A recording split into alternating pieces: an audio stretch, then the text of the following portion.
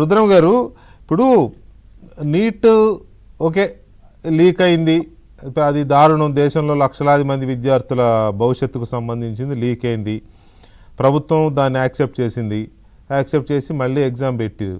కానీ అయిన రోజు దగ్గర నుంచి ఒక డిమాండ్ నడుస్తోంది, మళ్ళీ ఎగ్జామ్ పెట్టడంతో పాటు చనిపోయిన కుటుంబాలకు కాంపెన్సేట్ చేయాలి, అట్ ది సేమ్ టైం మంత్రి ధర్మేంద్ర ప్రధాన్ని రిజిగ్నేషన్ చేయించాలి అని.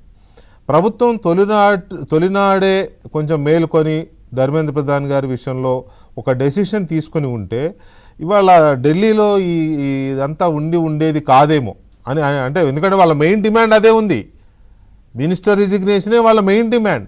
చనిపోయిన విద్యార్థులు ఎవరో 10 మంది ఉంటే వాళ్ళ కుటుంబాలకి ఎంతో కొంత కాంపెన్సేట్ చేయమని అడుగుతున్నారు. ఎందుకు ప్రభుత్వం ధర్మేంద్ర ప్రధాన్ గారిని అంతగా వెనకేసుకురావాల్సిన అవసరం ఉందా ఇన్ని లక్షల కుటుంబాల కోసం? ప్లీజ్. వెంకటకృష్ణ గారు, మీకు అలాగే ప్యానెల్లో ఉన్నటువంటి ఇతర ప్యానలిస్టులకి, ఏబిఎన్ ప్రేక్షకులందరికీ కూడా నమస్కారం. ఒకటి విషయం ఏంటంటే, కొన్ని సందర్భాల్లో ప్రభుత్వాల్లో కొన్ని శాఖలలో ఇలాంటి తప్పిదాలు జరగటం అనేటువంటిది అది దురదృష్టకరం. దట్ టు బి విద్యాశాఖలో, విద్యారంగంలో జరగటము, విద్యార్థులు ఆత్మహత్యలు చేసుకోవటం అనేటువంటిది ఎవరు కూడా అప్రిషియేట్ చేయరు. అదొక దురదృష్టకరమైనటువంటి సంఘటన. అయితే దానికి మంత్రే బాధ్యులు, లేకపోతే మంత్రిని తప్పిస్తే ఆ సమస్యకి సొల్యూషన్ దొరుకుతుంది అనేటువంటిది ఆ డిమాండ్ తప్పు. నేను ఒక విషయం చెప్తాను. ఇవాళ తెలంగాణ రాష్ట్రంలో రేవంత్ రెడ్డి గారు ముఖ్యమంత్రిగా ఉన్నారు, హోంశాఖ మంత్రిగా కూడా ఉన్నారు. అనేక మంది మహిళల పైన అత్యాచారాలు జరుగుతున్నాయి, అనేక మంది మహిళలను హత్యలు చేస్తున్నారు. ఇవాళ క్రైమ్ రేటు తెలంగాణ రాష్ట్రంలో పెరిగింది, హైదరాబాద్ లో మరింత పెరిగింది, భారతదేశంలో అన్ని రాష్ట్రాల కంటే ఎక్కువ తెలంగాణలో పెరిగింది. మరి ఇవాళ రేవంత్ రెడ్డి గారిని రాజీనామా చేయమనటమే మొదటి డిమాండ్ అవుతుందా? ఒకటి, ఇవాళ డిమాండ్ దేని కొరకు డిమాండ్ చేయాలి? నిజంగానే విద్యారంగంలో పేపర్ లీకేజ్ అనేటువంటిది తప్పు, అది దట్టు బి నీట్ పరీక్షలో. కాబట్టి అటువంటివి రిపీట్ కాకుండా ఉండాలి, ఖచ్చితంగా ప్రభుత్వము దానికి కావాల్సిన చర్యలు తీసుకోవాలి అని డిమాండ్ చేయడం న్యాయం. డెఫినెట్ గా గవర్నమెంట్ కూడా అదే చేసింది. నెక్స్ట్ టైం జరిగినటువంటి మళ్ళీ పెట్టినటువంటి పరీక్షలో అటువంటి తప్పిదాలు ఏవి జరగలేదు. రేపు పొద్దున మిగిలినటువంటి పరీక్షల్లో కూడా అటువంటివి జరగకుండా చూసుకుంటామని గవర్నమెంట్ కావాల్సినటువంటి యాక్షన్ తీసుకుంది.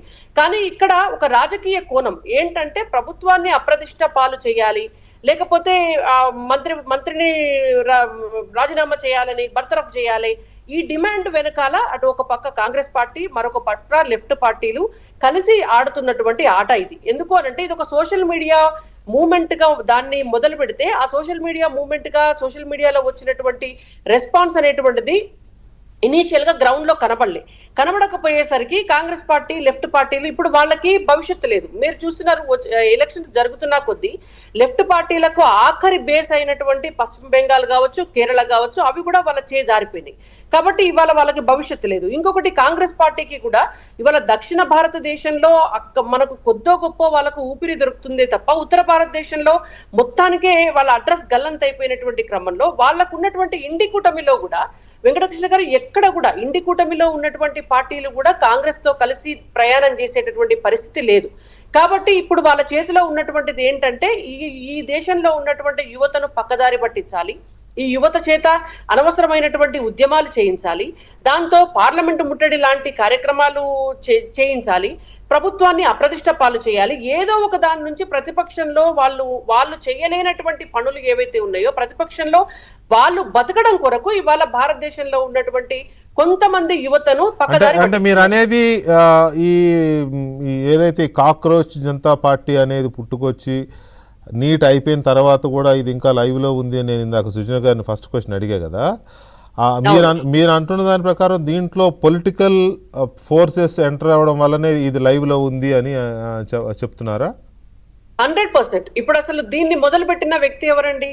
ఆమ్ ఆద్మీ పార్టీకి సంబంధించి ఆ పార్టీలో కీలకంగా పనిచేసినటువంటి వ్యక్తి కదా అసలు దీన్ని మొదలు పెట్టి. వాళ్ళే ఉన్నారు, అధికార ప్రతినిధి కూడా వాళ్ళే ఉన్నారు. ఎక్కడి నుంచి మొదలైంది? అక్కడి నుంచి మొదలైంది. అంటే ఇది నిజంగానే ఎక్కడో విద్యార్థులు, అంటే నష్టపోయినటువంటి విద్యార్థుల దగ్గర నుంచి వచ్చి ఉంటే డెఫినెట్ గా దీనికి రాజకీయ రంగు ఎవరం కూడా పులిమే వాళ్ళం కాదు. నిజంగా చనిపోయినటువంటి విద్యార్థుల కుటుంబాల దగ్గర నుంచి వచ్చినటువంటి ఉద్యమం అయితే డెఫినెట్ గా అక్కడ కూడా ఎవరు దీన్ని సంశయించే వాళ్ళు లేదు. ఏదైనా సమాజం కోసం పనిచేస్తున్నటువంటి సంస్థల నుంచి వచ్చినటువంటిదైనా ఒక జెన్యూన్ కాజ్ అనుకోవచ్చు. కానీ కేవలము రాజకీయం కొరకు పుట్టినటువంటి రాజకీయ పార్టీ, సామాజిక సేవ చేస్తామని పుట్టి రాజకీయ రంగు పులుపుకున్నటువంటి పార్టీలోంచి ఉన్నటువంటి వ్యక్తుల ద్వారా పుట్టినటువంటి పార్టీ లీడ్ చేస్తున్నటువంటి వ్యవహారం ఇదంతా.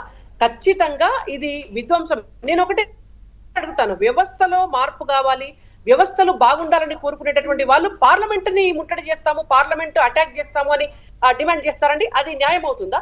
అంటే అంటే మీరు అన్న దాంట్లో రుద్రమ గారు ఇంతకు ముందు కూడా రైలు ప్రమాదాలు జరిగినప్పుడు రైల్వే మంత్రులు రాజీనామాలు చేసిన సందర్భాలు చాలా ఉన్నాయి మన దేశంలో. కానీ వివిధ రాష్ట్రాల్లో కొన్ని ఘటనలు వచ్చినప్పుడు మన దగ్గర ఏపీలో ఉమ్మడి రాష్ట్రంలో కూడా హెల్త్ మినిస్టర్ రిజైన్ చేసిన సందర్భం ఉంది.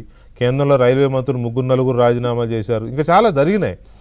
కాబట్టి ఇది దేశం మొత్తానికి సంబంధించిన విద్యార్థుల భవిష్యత్తు సంబంధించింది. కాబట్టి ధర్మేంద్ర ప్రధాన్ విషయంలో మోడీ గారు మరీ ఎక్కువగా వెనకేసుకొచ్చారేమో అనే ఒక